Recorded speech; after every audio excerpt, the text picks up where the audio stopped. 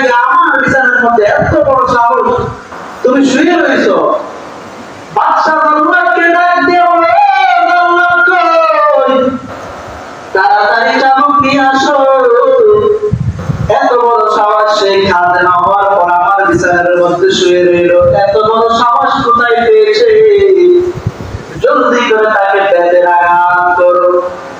এবার ওই খাদেমাকে খুঁটির সাথে বাঁধিয়া জল্লাদ এমন মারা মারতে লাগলো, ওই খাদেমার কান্নার আওয়াজ, তার কান্না দেখিয়া মানুষের চোখের মধ্যেও পানি চলে আসলো। এবার মারতেছে মারতেছে, হঠাৎ করে খাদেমা একটু হঠাৎ করে হেসে দিল। বাদশা এইটা দেখি আরো রাগ, এটা কেমন বেয়াদবি, তুমি কেন হাসতেছো? বাদশা বলে,